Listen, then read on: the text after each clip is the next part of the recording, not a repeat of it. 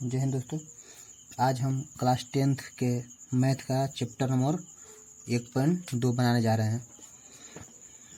चलो दोस्तों, चैप्टर प्रश्नावली 1.2 बनाने की कोशिश हम लोग कर रहे हैं, जिसमें पहला सवाल दिया है कि निम्नलिखित संख्याओं को अभाज्य गुणनखंडों के गुणनफल के रूप में व्यक्त कीजिए। तो सबसे पहले हम इसका पहला सवाल बना रहे हैं। इसमें पहला पहला सवाल दिया है हमारा 140 दिया है 140, जिसमें हमें इसे जैसे क्वेश्चन हमें दे रहा है निम्नलिखित संख्याओं को भाज्य गुणनखंडों के गुणनफल के रूप में व्यक्त कीजिए। पहले इसका हम गुणनखंड निकालेंगे, गुणनखंड निकाल के तब हम हल करेंगे। तो हमारा पहले 140 दिया है, तो 140 का हम निकालेंगे 140।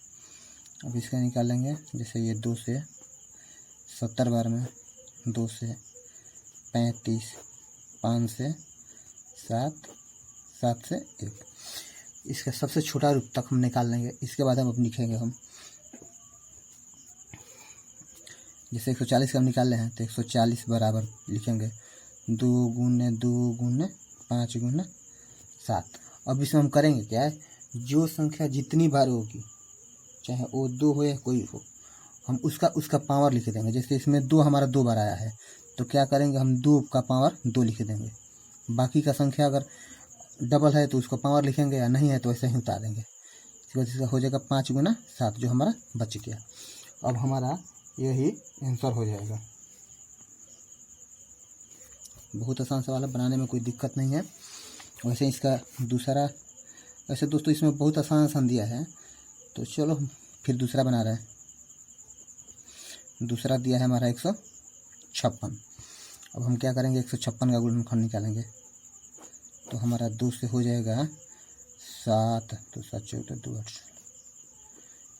78 हो जाएगा। फिर 2 से 3 9, फिर 3 से 13, 13 से 1।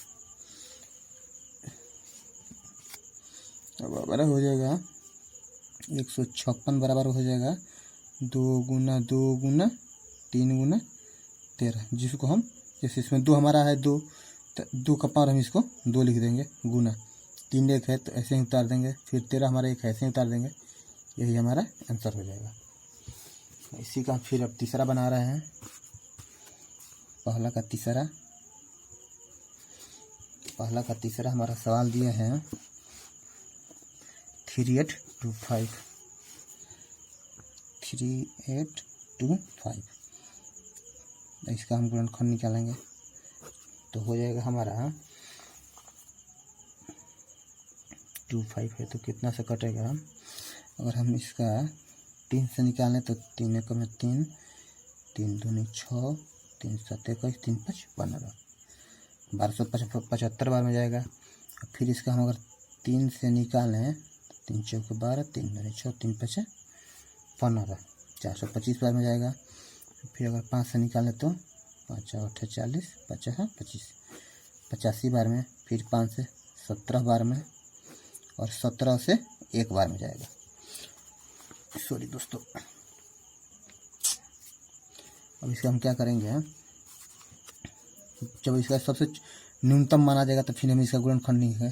3825 बराबर हो जाएगा हमारा 3 × 3 × 5 × 5 × 17। अब इसको लिखेंगे हम 3। अब इसमें हमारा 3 2 है तो 3 का पावर 2 लिख देंगे। फिर गुना 5 हमारा 2 है तो फिर 5 का पावर 2 लिख देंगे। 17 हमारा अकेले बचा था, 17 का 17 ही ऐसे ही लिख देंगे। यही हमारा आंसर हो जाएगा। अब बनाते हैं इसका हम चौथा सवाल।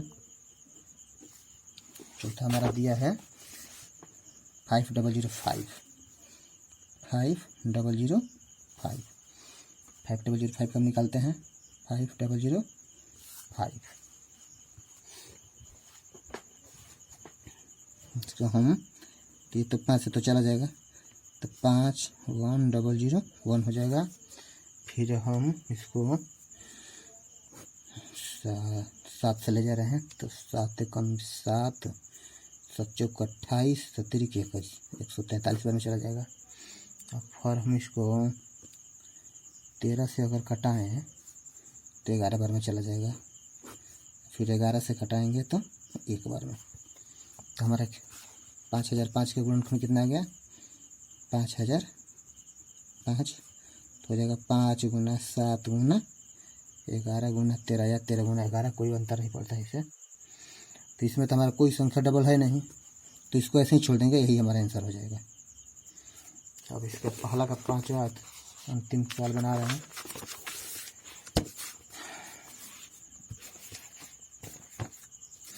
इसमें दिया है पहला का 5वां, देखते हैं पहला का 5वां क्या दिया है। पहला का 5वां दिया है 7429, 7429। अब इसका हम गुणनखंड निकालेंगे, तो 7429 का अगर गुणनखंड निकालेंगे तो ये तो 2 से तो जाएगा नहीं, न ही 3 से जाएगा, ये 17 से जाएगा। तो 17 से ये है 400, 70 चौका 68, 4 2 6 5 70, तो यह 51, 17 7 19 से 437 बार में जाएगा। आप लोग निकाल के ट्राई कर सकते हैं। फिर इसको हम 19 से ले जाएंगे तो ये हमारा 23 बार में जाएगा। इसको हम 23 से ले जाएंगे तो 1 बार में जाएगा। और हमारा इसका 7429 का गुणनखंड हो जाएगा 17 गुना 19 गुना 23। अब इसमें दोस्तों कोई संख्या डबल है नहीं कि हम पावर लिखेंगे, तो हम इसको इतना पॉइंट छोड़ देंगे, यही हमारा आंसर हो जाएगा। अब दूसरा सवाल बना रहे हैं। दूसरा सवाल हमारा दिया है कि पूर्णांकों के निम्नलिखित युग्मों के एचसीएफ और एलसीएम ज्ञात कीजिए तथा इसकी जांच कीजिए कि दो संख्याओं का गुणनफल बराबर एचसीएफ गुने एलसीएम। तो दोस्तों हम लोग बनाने की कोशिश कर रहे हैं। तो इसका पहला सवाल दिया है 26 और 91, दूसरा का पहला। ये हमारा एक्सरसाइज है 1.2 क्लास 10th मैथ। दूसरा का पहला हमारा दिया है 26 और 91। तो सबसे पहले हम 26 और 91 का अलग अलग गुणनखंड निकालेंगे। इसके बाद देखेंगे कौन कौन सा इसमें मिल रहा है, जो जो मिलेगा वो लिखेंगे। पहले हम यहाँ पर 26 का निकाल रहे हैं। तो दोस्तों 2 से ले जाएंगे तो इसको 13 बार में जाएगा, और फिर इसको अगर 13 बार में ले जाएंगे तो 1 बार में जाएगा। फिर अगर 91 का हम निकाल रहे हैं तो 7 से निकालेंगे तो 13 बार में जाएगा। फिर 13 से निकालेंगे तो 1 बार में। तो दोस्तों हम लिखेंगे यहाँ पर, जैसे हमारा 26 का जो गुणनखंड आया हुआ है 2 गुना 13, और जो हमारा 91 का आया है वो है 7 गुना 13। तो पहले हम दोनों का एचसीएफ लिखेंगे, फिर एलसीएम लिखेंगे। तो अगर दोनों का एचसीएफ का बात करें तो एचसीएफ बनाने में हम जानते हैं कि जो दोनों अंक के गुणनखंडों में जो अंक शामिल होता है उसी को हम अपना महत्तम निकालते हैं या एचसीएफ निकालते हैं। तो इसमें हमारा 2 है तो इसमें 2 नहीं है, 7 इसमें है तो 7 इसमें नहीं है, इसमें 2 है तो इसमें 2 नहीं है, इसमें 7 है तो इसमें 7 नहीं है। तो इसमें एक अंक है जो दोनों में है, जैसे हमारा 13 है, 13 26 में भी है और 91 में भी है। तो हम लिखेंगे इसलिए एचसीएफ ऑफ 26 और 91। 26 91 का हमारा महत्तम कितना हो जाएगा 13। एक तो हमारा ये आंसर हो गया। और दूसरा एलसीएम निकालेंगे तो हमारा हो जाएगा एलसीएम ऑफ 26 91। तो हो जाएगा। तो पहले इसमें जो जो अंक मिल रहा है हम उसको लिख लेंगे, फिर जो नहीं मिल रहा है उसको भी लिख लेंगे। तो पहले 2 देख रहे हैं, 2 इसमें है तो इसमें नहीं है, तो हम 2 को भी लिख लेंगे। फिर इसमें 7 देख रहे हैं तो इसमें 7 नहीं है, 7 को भी लिख लेंगे। अब बचा 13, 13 दोनों में है तो इसमें से 13 भी लिख लेंगे। अब इसको गुना करेंगे हम, कितना आ रहा है, तो हो जाएगा 13 91 माने 182। हमारा ये हो जाएगा आंसर। अब हम बोल रहे हैं जांच करने के लिए, तो हम जांच भी कर ले रहे हैं। तो दोस्तों जांच करने का इसका सूत्र ही है, चलो हम जांच कर रहे हैं। जांच कर, अब जांच बोल रहा है तो जांच करने का सूत्र है 2 संख्याओं का गुणनफल बराबर एलसीएम गुना HCF। करते हैं दोनों संख्याओं में। तो हमारा इसमें क्या क्या क्या संख्या था, 26 और 91 था। तो इसमें दो संख्या हमारा क्या है, 26 और 91, सॉरी दोस्तों 91 बराबर हमारा एलसीएम आया है 182 और HCF आया है 13। देखो दोस्तों हमारा एलसीएम कितना है 182 और HCF कितना है 13, और दोनों में हम गुना करेंगे हमारा कितना आ रहा है। तो गुना करेंगे तो कितना हो जाएगा हमारा 26 और 91, 26 और 91 में दोस्तों अगर हम गुना करेंगे तो हमारा 2366 प्राप्त होगा। तो यहाँ पर हो जाएगा 2366 और इधर भी हमारा हो जाएगा 2366। दोनों तरफ सही आ गया, इसका मतलब हमारा मान सही है। अब सवाल नंबर हम 3 बना रहे हैं।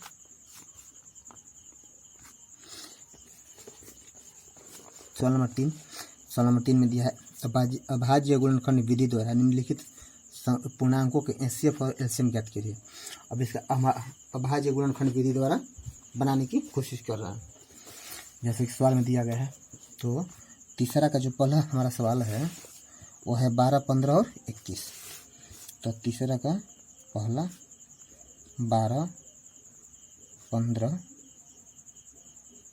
और 21।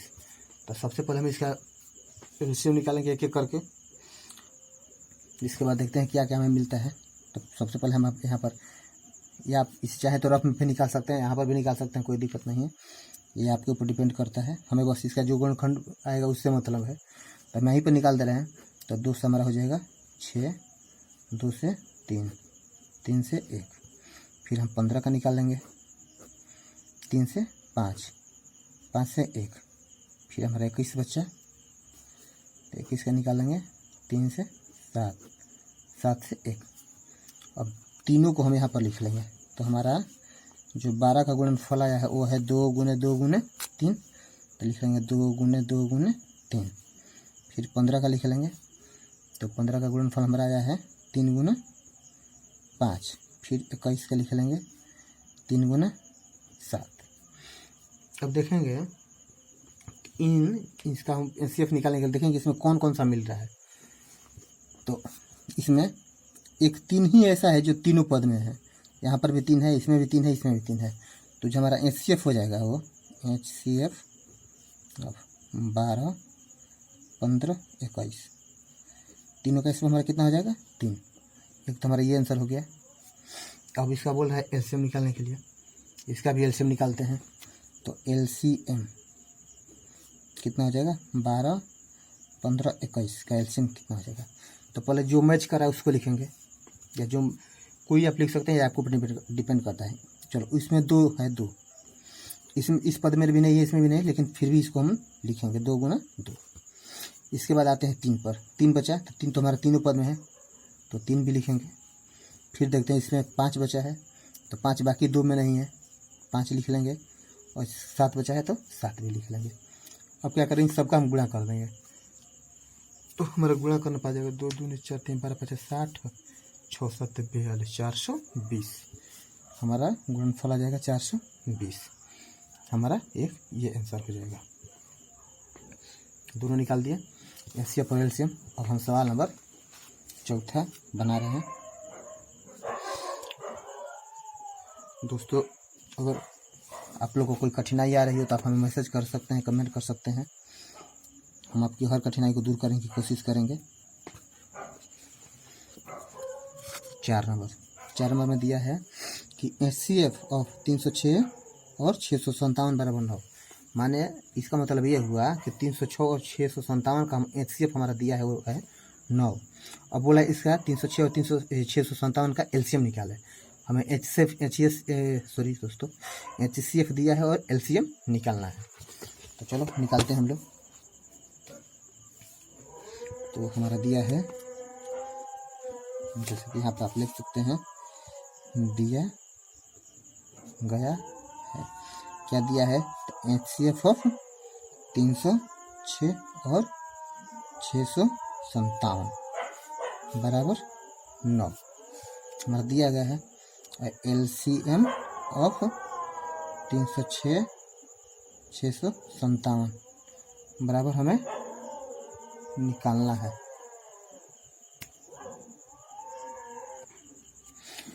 हाँ दोस्तों सॉरी, हमारे बैकग्राउंड में कुत्ते की आवाज़ आ रहा था।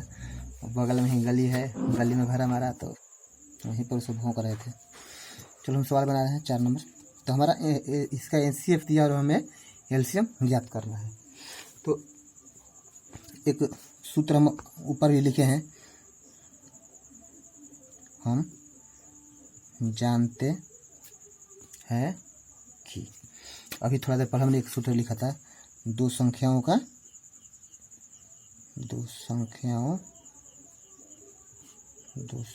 का गुणनफल बराबर HCF गुना LCM।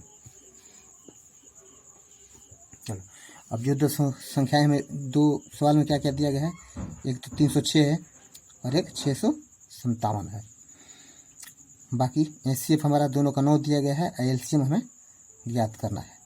तब क्या करेंगे, जो 9 इधर है गुणा में LCM के गुणा में जो है इसको लेके चलेंगे तो इधर भागा हो जाएगा। तो यहाँ पर हम क्या लिखेंगे, 306 गुना 657 बट्टा में हो जाएगा 9, इधर गुणा है तो इधर आएगा तो भागा हो जाएगा,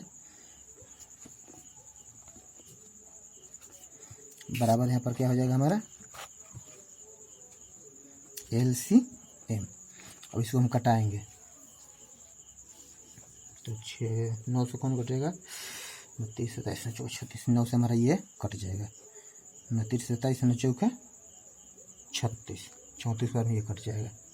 अब इसमें हम गुणा कर देंगे, जैसे हम बड़ा हमारा आएगा यहीं पर इसको हम ख़त्म कर दे रहे हैं। अब LCM बराबर हमारा हो जाएगा कितना, 34 गुना 657 बराबर गुणा करने पर आ जाएगा 22,238। आप लोग दोस्तों गुणा करेंगे तो ही प्राप्त होगा, यही हमारा आंसर हो जाएगा। मतलब कि हम 306 और 657 का जो HCF हमारा 9 दिया है, जब LCM निकाले तो हमें कितना प्राप्त हुआ, 22,238। और सब सवाल नंबर हम 5 बना रहे हैं।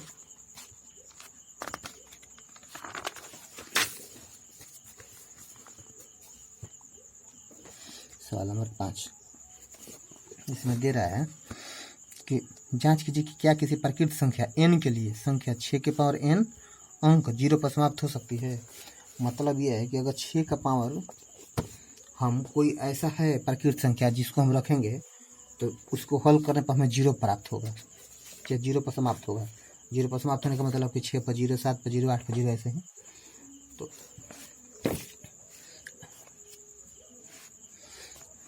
तो इसका एक सूत्र होता है 5 नंबर इसका, अगर कोई संख्या 6 के पावर n दिया है प्रकृत संख्या, उस पर अगर हम कोई प्रकृत संख्या रख रहे हैं, चाहे एक हो या 2 हो या 3 हो कुछ भी, तो उस पर 0 समाप्त होने के लिए एक शर्त होता है।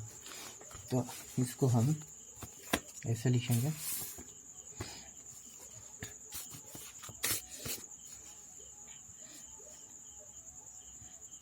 अगर कोई संख्या शून्य पर समाप्त होता है तो उसका पहला गुणनखंड 2 गुना 5 होना जरूरी है।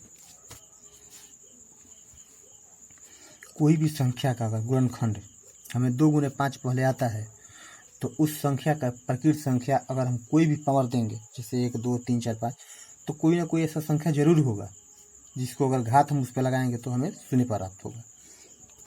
तो हमारा 6 का पावर कितना दिया है n, जब इसका हम गुणनखंड निकालें 6 का पावर n का गुणनखंड निकालेंगे तो कितना हो जाएगा 2 गुने 3 का पावर क्या हो जाएगा n। अब इसमें दोस्तों हमें 2 तो प्राप्त हो गया लेकिन 5 प्राप्त नहीं हुआ। इसका मतलब हम कोई भी अगर प्रकृत संख्या यहाँ पर n की जगह पर रखेंगे तो कभी ये शून्य पर समाप्त नहीं होगा। और इसको हम हल भी कर देंगे तो कितना हो जाएगा 2 को पावर n गुना 3 की पावर n, क्योंकि ये दोनों का पावर में है तो दोनों को अलग अलग भी लिख सकते हैं।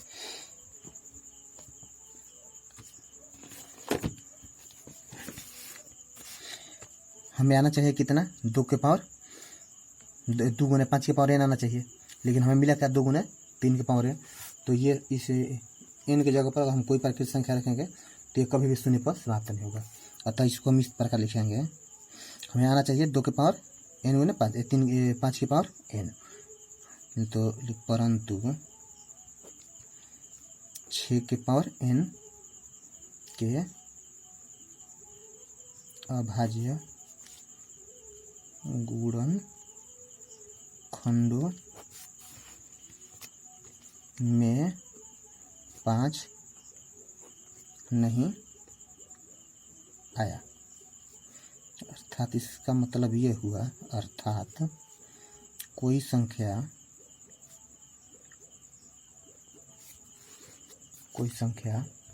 ऐसी नहीं है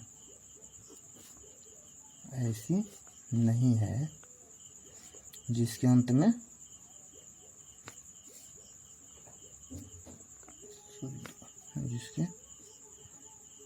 में 6 का पावर n रखने पर अंक शून्य पर समाप्त होगा। आप लोग ट्राई कर सकते हैं कभी भी, यहाँ पर कोई भी घात लगा कर आप देख लीजिए 6 का कभी भी 0 पर समाप्त नहीं होगा, क्योंकि इसका गुणनखंड हमें 2 गुना 3 मिला। अगर यही 2 गुना 5 होता तो ऐसा कोई ना कोई ज़रूर प्राकृतिक संख्या होता जिसको हम पावर में रखते तो हमें ये शून्य पर समाप्त होगा। यही हमारा दोस्तों आंसर हो जाएगा। सवाल नंबर हम 6 बना रहे हैं। बोल रहा है कि व्याख्या कीजिए कि 7 गुना 11 गुना 13 प्लस 13 और 7 गुना 6 गुना 5 गुना 4 गुना 3 गुना 2 गुना 1 प्लस 5 भाज्य संख्याएं क्यों हैं। अच्छा, तो भाज्य संख्या बनाने के लिए हमें व्याख्या करना है। चलिए इसको भी बनाने की हम लोग कोशिश कर रहे हैं। हमें कितना दिया है, एक तो दिया है 7 गुना 11 गुना 13 प्लस 13, एक दिया है हमारा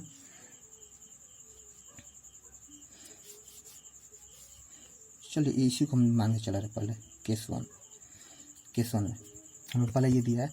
अब यहाँ पर क्या करते हैं कि देखो यहाँ पर भी 13 है, यहाँ पर भी 13 है, दोनों के बीच में प्लस का चिन्ह है। तो हम यहाँ से चाहें तो 13 कॉमन ले सकते हैं, तो हमारा कितना बचेगा 7 गुना 11 प्लस 1। सॉरी दोस्तों, यहाँ पर 1 भी हो जाएगा, गुना 1 हो जाएगा। अब इसको थोड़ा हम हल करेंगे तो कितना जगह 13 11 7 77 प्लस 1। अब 77 में 1 जोड़ते हैं तो 78 आएगा, 78 आएगा तो जो 13 से भाज्य होगा। इसी प्रकार हम फिर अगर 13 में जोड़ेंगे 78 जगह 78 13 से 6 बार में कटता है, तो इसको हम लिखेंगे अतः यह संख्या 13 से विभाजित होती है, इसलिए यह एक भाज्य संख्या है। ये हमारा केस नंबर 1 हो गया। अब केस नंबर हम 2 बना रहे हैं।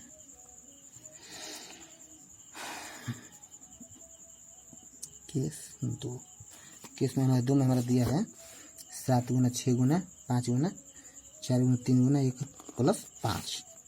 लिखते हैं 7 गुना 6 गुना 5 गुना 4 गुना 3 गुना 2 गुना 1 प्लस 5।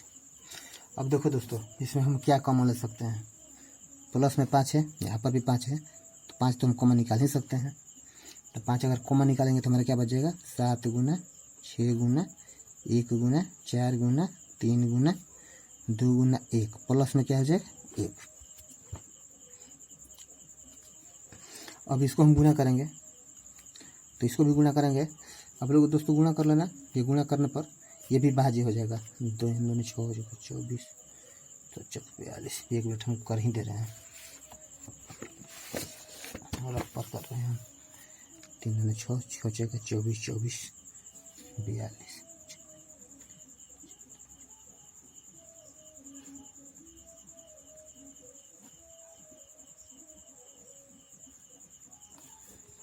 आठ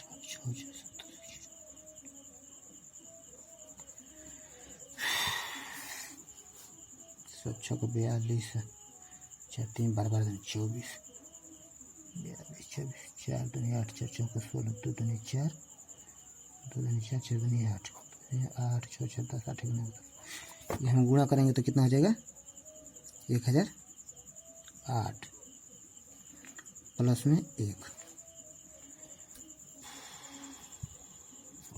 सॉरी दोस्तों सॉरी, हमारा 5 दोनों तरफ से कॉमन हो गया, इसका मतलब कि ये भी भाज्य संख्या है। इसको हम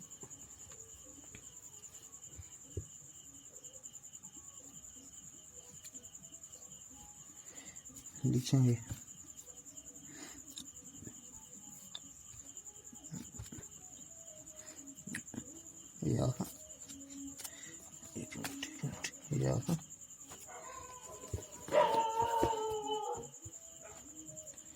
यह संख्या 5 से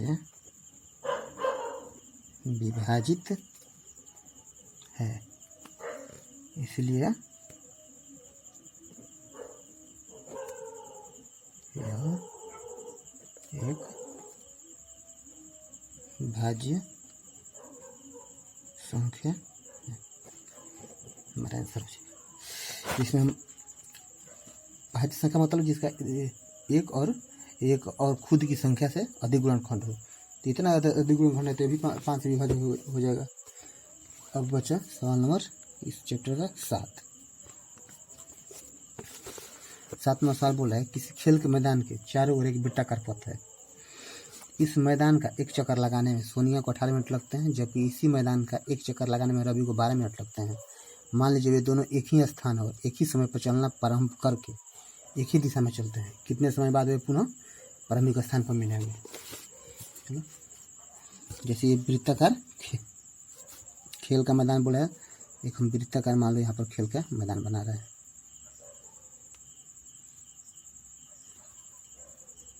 अब बोल रहे हैं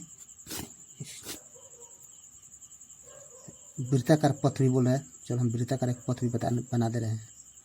ये मान लीजिए हमारा क्या हो जाएगा,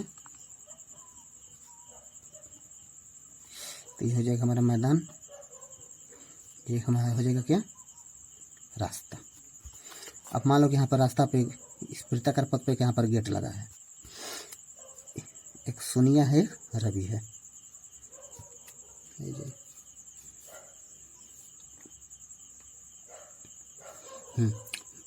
बोला है रवि को एक चक्कर लगाने में 12 मिनट लग रहे हैं और सोनिया को एक चक्कर लगाने में 18 मिनट।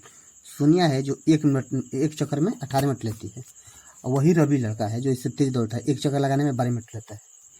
तो बोलता है कि अगर शुरू में ये दोनों दौड़ना शुरू करें तो कितने मिनट बाद ये फिर दोनों एक दूसरे से मिलेंगे। तो अगर एक चक्कर लगाती है सोनिया तो 18 मिनट लगता है, 2 चक्कर लगाएगी तो 36 मिनट, 3 चक्कर लगाएगी तो 54 मिनट। ऐसे इसको भी देखते हैं, रवि एक चक्कर लगाता है तो 12 मिनट, 2 चक्कर लगाएगा तो 24 मिनट, 3 चक्कर लगाएगा तो 36 मिनट। अब हम लोग यहाँ पर देख क्या रहे हैं कि अगर सोनिया 2 चक्कर लगाएगी और रवि 3 चक्कर लगाएगा तो 36वें मिनट में ये दोनों एक दूसरे से फिर से मिलेंगे। देख लो दोस्तों, इसका मतलब है कि हमारा आंसर 36 होना चाहिए। 36वें मिनट में ये दोनों एक दूसरे से मिलेंगे दौड़ते दौड़ते। चलो इसको फिर बना रहे हैं, दोनों का फिर हम गुणनखंड निकाल के बनाएंगे। जैसे हमारा यहाँ पर कितना दिया है 12, 12 का क्या हो जाएगा 2 से 6, 2 से 3, 3 से 1 हमारा दिया है 18, तो 2 से हो जाएगा 9, 3 से 3, 3 से 1। अब दोनों का में निकाल लेंगे एलसीएम।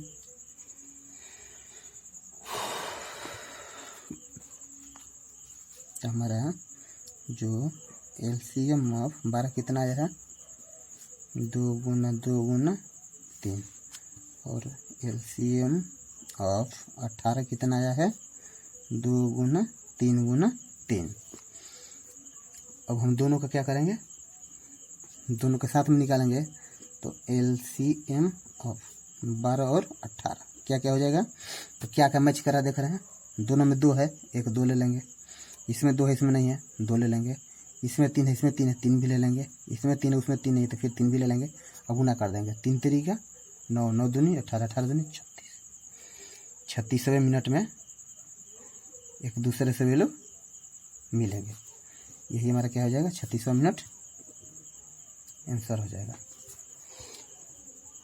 तो दोस्तों हम चैप्टर 1.2 ख़त्म कर दिए, फिर हम आगे 1.3 बनाकर वीडियो इसका डालेंगे। फिर भी अगर इसमें से आप लोगों को कोई प्रॉब्लम आया हो, कहीं समझ नहीं आ रहा है, तो आप हमें कमेंट कर सकते हैं, वीडियो लाइक कर सकते हैं पसंद आने पर, मोटिवेट करने के लिए हमें। कहीं अगर समझ में नहीं आया तो आप उस पॉइंट को नोट करें, हमें बताएं कमेंट में, हम उसको क्लियर करने की कोशिश करेंगे। चलिए दोस्तों, गुड नाइट, फिर हम नेक्स्ट वीडियो में मिलते हैं।